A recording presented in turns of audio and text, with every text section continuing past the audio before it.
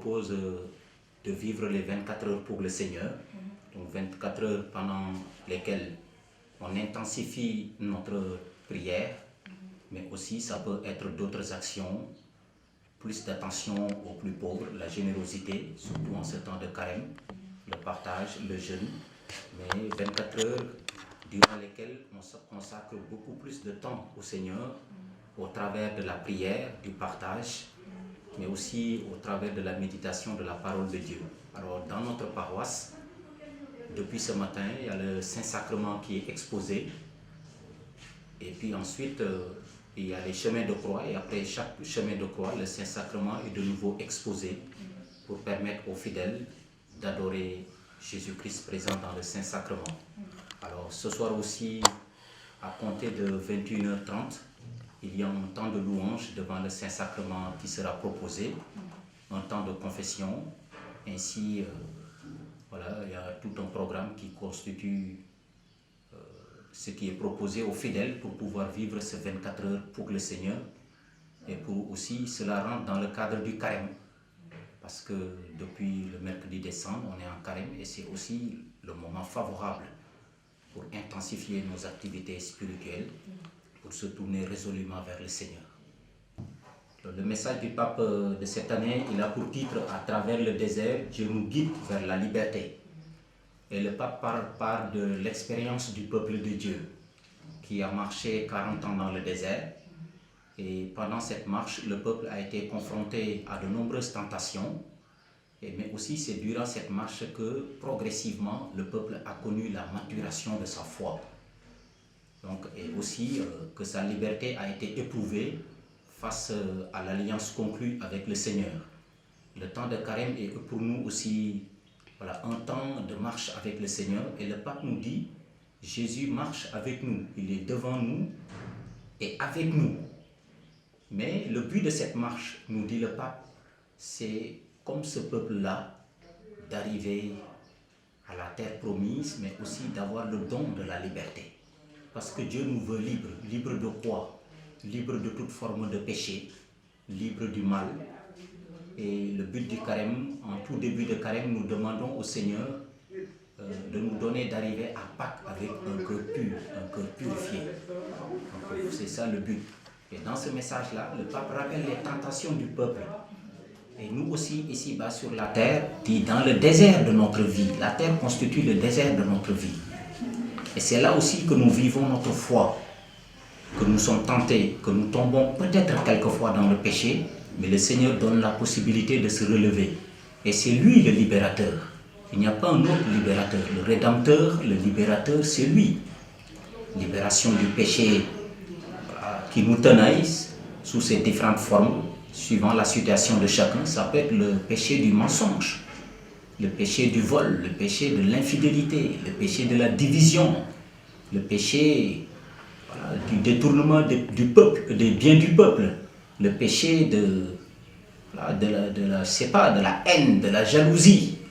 Et nous voyons dans l'espace public aujourd'hui, l'espace politique, l'espace public, peut-être parfois l'espace professionnel, l'espace familial, il y a peut-être voilà, des choses, des appels à la conversion pour qu'il y ait plus de justice, qu'il y ait plus de paix, qu'il y ait aussi plus de respect des libertés des uns et des autres, liberté de pensée, liberté d'expression, liberté de religion.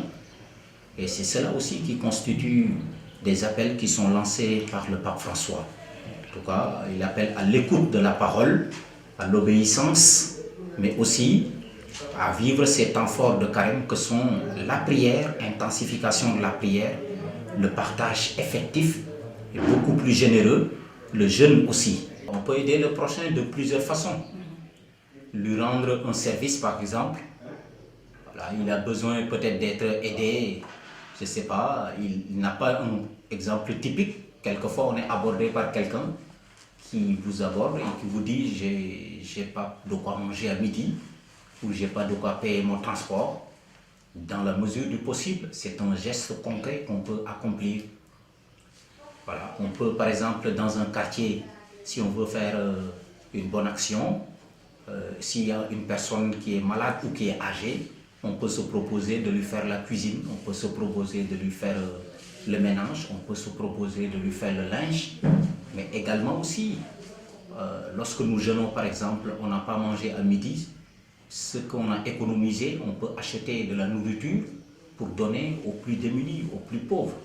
Voilà, l'aide peut revêtir plusieurs formes. Ça peut être aussi non seulement en donnant, mais aussi par un service rendu gratuitement. Par exemple, voilà, un service qu'on rend en lieu et place de demander un paiement ou une rémunération. Voilà, au nom de sa charité, on le fait gratuitement. Et cela aussi constitue un partage. Partage du bien matériel, ça peut être partage du savoir-faire. Je sais faire quelque chose, je le partage à d'autres gratuitement. Donc le partage peut revêtir plusieurs formes. Dans les recommandations, il y en a plusieurs. Je pense que le thème lui-même porte en lui-même, voilà, des indications et des recommandations. Donc c'est tous en synode, tous ensemble en synode. Donc écouter, discerner, décider et agir. Donc écoutez. La première recommandation, c'est de se mettre à l'écoute de l'Esprit Saint. Parce que c'est l'Esprit Saint, voilà, qui est au cœur de la vie de l'Église, qui nous guide, qui nous inspire, qui nous indique le chemin à suivre. Mais aussi se mettre à l'écoute de la parole du Maître, le Christ lui-même, lui qui nous demande de marcher ensemble. Donc c'est cela, on écoute. À l'écoute de l'Esprit, à l'écoute de la parole de Dieu, à l'écoute du Seigneur, qui lui-même nous demande de marcher ensemble. Ensuite, discerner. Discerner, c'est en face d'une situation, à la lumière de la parole de Dieu, s'ajuster à ce que Dieu veut, voilà, chercher ce qu'il y a de mieux pour nous, à la lumière de ce que Dieu veut. Donc, parce que le but étant d'ajuster notre façon de faire et d'être à la volonté de Dieu. Donc, il y a aussi, une fois qu'on a écouté, qu'on a discerné et qu'on sait ce qu'il faut faire, c'est de décider. Donc le synode permet à chacun de s'exprimer, de dire ce qu'il pense de la marche de l'église diocésaine, de faire des propositions. Ce faisant, il y a un certain nombre de questions qui vont être posées aux fidèles. Et les fidèles librement vont répondre à ces questions-là. Cela leur permet de participer à la prise de décision. Et une fois que les décisions sont prises, tous ensemble, là, il s'agira maintenant d'agir, de mettre en œuvre ce qui a été décidé après avoir écouté l'Esprit, après avoir écouté aussi le véritable Maître Jésus qui nous demande tous de marcher ensemble. Alors c'est une belle opportunité, le synode, qui nous rappelle d'abord qu'en Église, on doit marcher ensemble dans la communion, dans la fraternité, dans la prise en compte de ce que les autres pensent aussi, mais encore une fois, à la lumière de la parole de Dieu. Et c'est aussi l'occasion pour chacun de dire ce qu'il pense de la marche de l'Église, mais dans le but de construire, dans le but d'avoir une Église qui est beaucoup plus ajustée à ce que Dieu veut. Donc le but étant de marcher, encore une fois, tous ensemble, dans la communion, dans la fraternité, parce que nous formons un seul peuple, une seule famille, l'Église de Dieu à Thiès. Le message à lancer aux jeunes en ce temps de carême est le suivant, c'est de poursuivre leurs efforts de carême, c'est-à-dire le jeûne, la pénitence, la conversion, les privations aussi qu'ils s'imposent. Le but, je pense bien, est de se sanctifier. Madame, comme on dit, sellel se dunda. Je les encourage aussi parce que nous constatons aussi qu'il y a beaucoup qui font des efforts. Et c'est pour leur bien spirituel. Je les encourage dans ce sens-là, la prière, le jeûne, l'ajustement à la volonté de Dieu. Et pour qu'ils puissent arriver à Pâques, effectivement, avec un cœur purifié pour fêter comme il le faut la joie de nous savoir aimer du Christ ressuscité. Une fois que le carême sera vécu et que nous serons rendus au temps de Pâques, alors je pense que ce qu'il faut éviter, c'est de se dire on a fini le carême et puis on retrouve les vieilles bonnes habitudes. Le carême nous rappelle que c'est un moment favorable, mais ça doit aussi être notre quotidien partagé prier intensément, essayer de rendre notre vie belle. Toute vie peut être belle et sainte en s'appuyant sur la parole de Dieu, mais aussi en essayant de la vivre au quotidien. Il ne convient donc pas qu'après le carême, que les jeunes mènent une vie qui n'est pas ajustée à ce que Dieu veut. Notamment, parfois on dit, ouais, pendant le carême, l'habillement il est changé, on s'habille correctement, on ne fréquente peut-être plus certains milieux qui sont peut-être pas forcément ajustés à ce que Dieu veut. Mais cela aussi, après le carême, doit continuer, c'est-à-dire la pudeur, l'habillement correct, la tenue correcte. Donc l'exemplarité dans le quotidien. Que l'on fasse tout pour que si on croise un jeune chrétien, qu'on sache que c'est un jeune chrétien qui donne un témoignage crédible. Donc voilà l'appel que je lance aux jeunes. Encore une fois, je les encourage, les remercie pour leur engagement au sein de l'Église. Ceux qui ne le sont pas, les invite à s'engager parce que par le baptême, on est membre de l'Église. Un jeune dans l'Église doit s'engager. Depuis le dimanche 4 février, Son Excellence Monseigneur André Gueye, évêque de Thiès, a décidé de la célébration d'un synode diocésain pour son diocèse pour 3 ans. Alors, le thème qu'il a choisi pour le synode est le suivant: tous ensemble en synode, écouter, discerner, décider et agir. Je voudrais, dans mon entretien avec vous ce soir, insister sur la vertu de l'écoute. L'écoute est avant tout une vertu divine. Dans son cœur débordant de bonté et de miséricorde, Dieu est à l'écoute de l'humanité. Sa relation avec le peuple de l'ancienne alliance fut axée sur l'écoute. Dans la Bible, précisément dans le livre du Deutéronome, le prophète Moïse, parlant au nom de Yahvé, disait au peuple élu: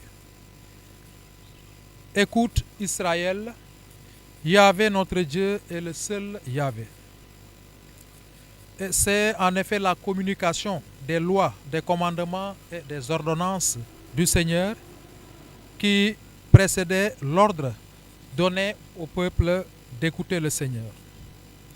Également dans le livre du prophète Samuel, le premier livre, le prophète répond au Seigneur en disant: parle Seigneur, ton serviteur écoute.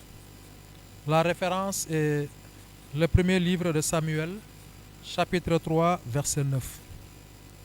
Il y a beaucoup d'autres points de la Bible où il s'agit de la vertu de l'écoute. Mais dans ces deux références, l'écoute est réciproque. C'est Dieu qui parle et les hommes écoutent. Mais à leur tour, les hommes demandent au Seigneur de leur parler pour qu'ils écoutent et accomplissent les appels de Dieu. Dieu manifeste sa bonté qui sauve par son cœur attentif, et l'homme, dans son désir d'être sauvé, accueille et reçoit la bonté du cœur de Dieu. Également, dans le Nouveau Testament, dans l'évangile de Saint Matthieu, au chapitre 11, verset 15, Jésus dit, après avoir expliqué longuement la parabole du semeur, il dit que celui qui a des oreilles pour entendre, qu'il entende. Cependant, l'écoute n'est pas une vertu qui est passive. L'écoute dont il s'agit est une ouverture du cœur de l'homme, une expression de sa disponibilité à accueillir dans la réceptivité, dans une écoute attentive, le commandement du Seigneur. Alors, dans le processus synodal, il s'agira exactement de cette écoute dynamique, attentive et réciproque. Avant tout, le peuple de Dieu, c'est-à-dire l'ensemble des chrétiens du diocèse de Thiès, vont se mettre à l'écoute du Saint-Esprit. Parce que Dieu nous parle aujourd'hui dans l'Église, dans le monde, par son Esprit. L'Esprit du Seigneur, l'Esprit de Dieu est à l'œuvre dans les cœurs. Et dans la foi chrétienne, le baptisé reçoit déjà lors du baptême la grâce baptismale, l'action du Saint-Esprit qui l'associe, qui l'intègre dans le mystère de la mort et de la résurrection de Jésus-Christ. Également dans le sacrement de la confirmation, le chrétien est fermement uni au Christ. À la confirmation, il reçoit les 7 dons du Saint-Esprit. Mais en plus de ces dons-là, il y a ce que nous appelons, toujours dans la foi chrétienne, les charismes. Ce sont les dons gratuits du Saint-Esprit. Donc cela veut dire que chacun de nous est fortifié par le Saint-Esprit. L'Église, dans son entièreté, on dit qu'elle est temple du Saint-Esprit. Et c'est une très belle image de l'Église, temple du Saint-Esprit. L'Esprit Saint habite dans l'Église. Alors dans le processus, nous serons dans la prière, dans l'esprit d'accueil, dans la réceptivité. Nous serons à l'écoute du Saint-Esprit qui va nous inspirer, qui va nous montrer, comme dit le document du synode, les pas que nous avons à faire dans notre mission d'annoncer l'évangile de Jésus-Christ. Donc c'est mettre à l'écoute du Saint-Esprit qui est le protagoniste du synode. Le deuxième aspect, c'est nous mettre à l'écoute les uns des autres. Nous devrons nous écouter. Et cette écoute va se matérialiser dans ce que nous avons appelé les consultations. Il y a un document qui est écrit, que nous appelons le manuel des consultations. Le document comporte beaucoup de questions, donc des questionnaires, que les diocésains sont appelés à lire et puis à donner leurs réponses. Son Excellence lui-même, lors de l'ouverture du synode, a demandé aux chrétiens de parler avec parésie, c'est-à-dire de parler avec sincérité, ouvertement, franchise, parce qu'il s'agira pour nous de viser le bien de la communauté diocésaine. Donc le but du synode, nous l'avons déjà dit, mais c'est pédagogique de toujours reprendre, c'est le bien de la communauté ecclésiale. Donc l'évêque se mettra à l'écoute de ces chrétiens, parce qu'il sait que la communauté ecclésiale est également une communauté missionnaire et a son rôle à jouer dans l'annonce de l'évangile. Donc il s'agira de nous mettre à l'écoute du Saint-Esprit parce que nous devons ensemble construire le corps ecclésial. Cette écoute, son Excellence l'a rappelé et je reviens là-dessus, se fera dans le respect, dans la patience, dans la fraternité, dans l'ouverture et dans l'accueil. Comme je l'ai dit, le document est déjà dans les paroisses. Tous les chrétiens au niveau de la base, dans les CEB, dans les mouvements, les coordinations, les groupes de prière, les associations seront appelés à répondre. Et je sais qu'il y a beaucoup de CEB qui ont déjà commencé à répondre aux questionnaires.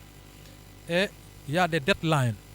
Parce qu'à la fin, nous devrons donner à son Excellence Monseigneur André Gueye le fruit de l'expérience synodale, c'est-à-dire les synthèses de toutes les réponses qui auront été données dans les paroisses, dans les CEB, dans les structures, dans les unions, dans les structures au niveau diocésain. Alors, il y a un deadline, comme j'ai dit. Donc, les paroisses ont jusqu'au 31 mai pour pouvoir faire la synthèse de toutes leurs réponses. Donc, les paroisses, jusqu'au 31 mai, devront remettre les synthèses au curé doyen qui, à son tour, aura un mois, donc jusqu'au 30 juin, pour pouvoir faire la synthèse du doyenné et de la remettre au secrétariat. Cette deadline concerne également les structures. Lorsque je parle de structures diocésaines, il s'agit de la Caritas, de l'hôpital Saint-Jean, de l'ODEC, du foyer moyen séminaire. Ils devront également répondre aux questionnaires, faire leur synthèse et de remettre ça au plus tard le 30 juin au secrétariat. La direction des œuvres également devra coordonner la synthèse, les réponses en tout cas, qui proviendront des coordinations, des bureaux de coordination, des associations, des groupes de prière qui sont concernés. L'abbé Ouzario sera chargé en tout cas de coordonner et de faire la synthèse des mouvements que je viens de citer. Alors je crois que de façon globale, c'est cela que j'avais à communiquer par rapport à la vertu de l'écoute. Et il faudra surtout que ce processus d'écoute se fasse dans la prière. Et l'évêque a beaucoup insisté là-dessus. Le terme prière n'apparaît pas dans le thème du synode, mais il est le terme qui est au fondement de tout le processus. C'est-à-dire la prière sera l'énergie qui nourrira l'expérience synodale dans les consultations. Donc nous sommes appelés à toujours, en nous mettant à l'écoute du Saint-Esprit, de prier. Parce que c'est cette prière qui nous donnera ce qu'on a appelé dans les documents du synode la conscience synodale. C'est-à-dire que nous ayons la conscience que nous appartenons à une communauté chrétienne qui a sa mission et qui doit accomplir sa mission en tenant compte de son aspect de corps, le corps ecclésial. Nous formons une communauté qui est missionnaire, une communauté prophétique, une communauté sacerdotale. Donc, la vertu de prière devra accompagner notre processus et elle nous permettra de former en nous, en tout cas, une conscience ecclésiale pour que chacun des baptisés sache et vive sa vocation de missionnaire pour que nous tous, nous puissions nous engager et relever le défi. Donc, on verra également que dans le synode, il ne s'agit pas d'un événement quelconque. Il s'agit d'une célébration qui va essayer de engager tous les chrétiens dans la mission pour que chacun puisse assumer sa responsabilité. Je vais reprendre dans la co-responsabilité. Et ce mot-là est très essentiel dans le processus synodal, la co-responsabilité dans l'Église. Et je l'ai dit, les vertus de respect, de fraternité, de solidarité devront accompagner ce synode.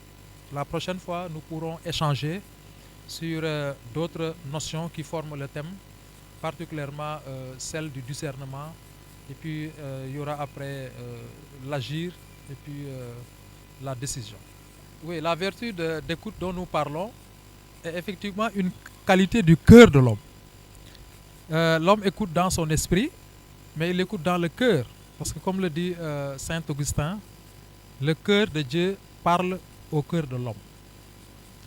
Le cœur, on peut le comparer à une antenne qui permet à l'homme de capter ce que Dieu nous dit à travers sa parole. Donc l'écoute, c'est une qualité du cœur de l'homme.